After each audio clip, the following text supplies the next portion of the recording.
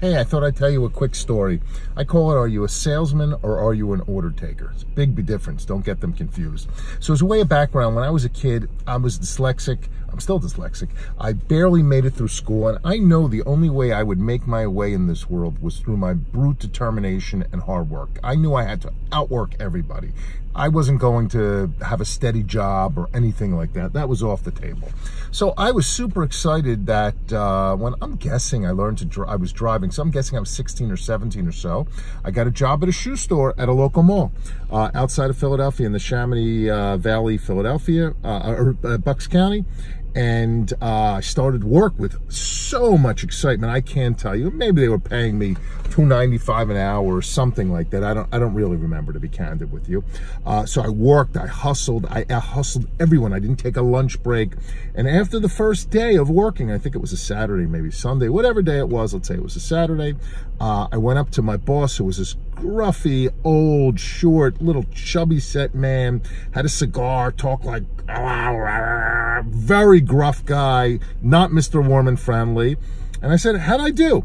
And I knew in my mind I had sold like 50 pairs of shoes or whatever the number was. My numbers and figures may be wrong, but you'll get the point. What do they call it? A parable. But you'll get the point.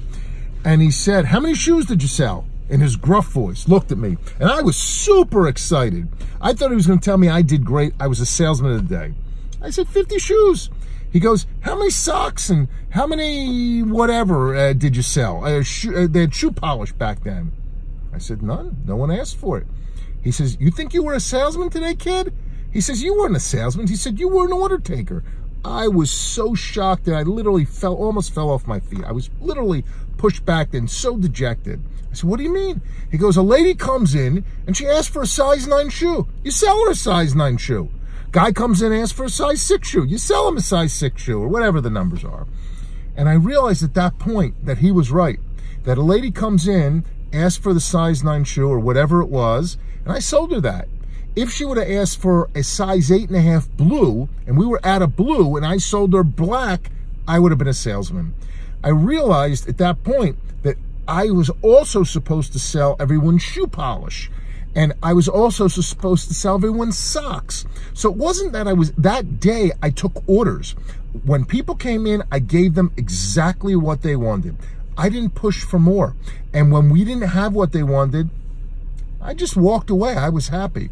I was an order taker that day. The next day, Sunday, I was so excited. I was a little dejected and a little scared. I sold everyone shoe polish. If they came in and wanted a size 6.5 blue and we were out of them, I sold them a 6.5 brown or whatever it was. So I learned that day the difference between a salesperson and an order taker. I've told this story many times because a lot of order takers think they're salespeople, but they're not. It's a great story. There's a lot to be learned in it. So if you're in sales, you got to be a salesperson, not an order taker, because an order taker is paid at one level and a salesman is paid at a different level. So that's a classic story. I've told it many times. I hope you get something out of it. Again, if you're in sales, be a salesperson. Don't be an order taker. Go above and beyond, and you'll be a success. Thank you and have a great day.